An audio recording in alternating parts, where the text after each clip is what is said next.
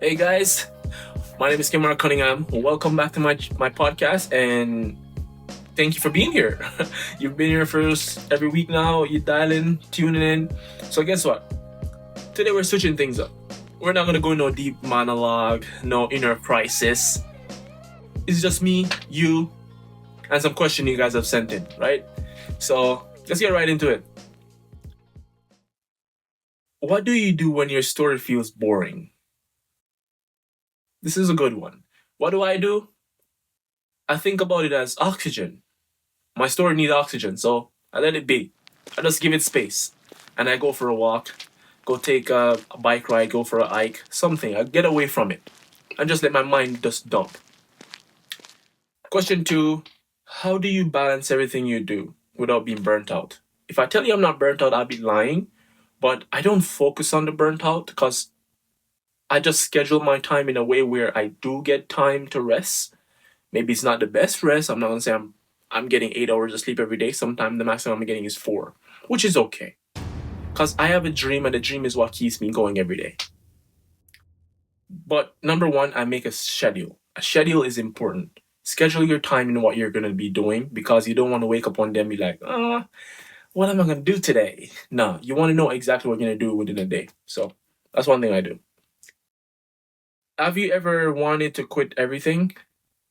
All the time, man. Like sometimes I sit down and I'm like just saying, jack of all trade, master of none. I think that's what I am. I'm a jack of all trade because I do so many things. Master, zero. But I am very, very passionate about one thing. Working in healthcare taught me something that I've seen a lot of elders. I've great conversation with a lot of elders, and the thing that I've heard the most was, I wish I had.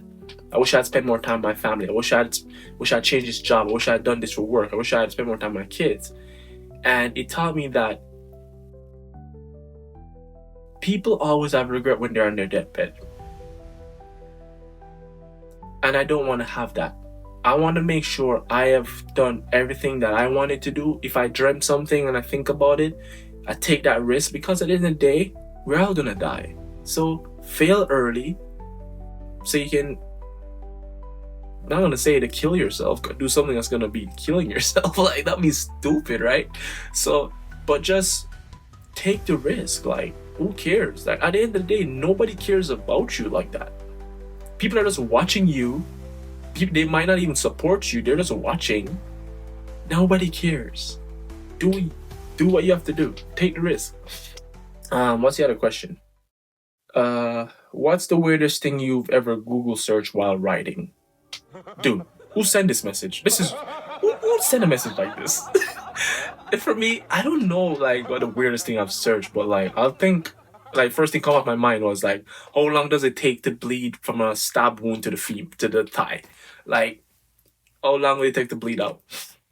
That's kind of like the weirdest thing, but who's gonna like stab you in the thigh? They'll stab you in the upper body first, right? Do you ever feel like your story isn't original? Bro. See, the reason why is because I watched one episode of Stranger Things, and that's where my story kind of originated from with the mystery and everything. And yeah, and then I watch TVs, like I get ideas from a lot of different things, my surroundings. So I always feel like it's not original, but it is original in the fact that nothing in the world right now is original. If you watch every show, it relates to something else. Do you write every day? No, I do not.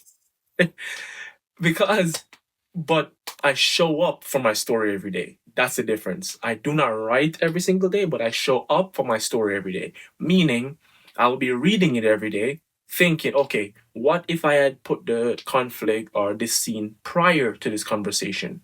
What if this conversation went this way? I always show up for it. It's not like I take 2 days off and not look at my book. I show up for it. Um,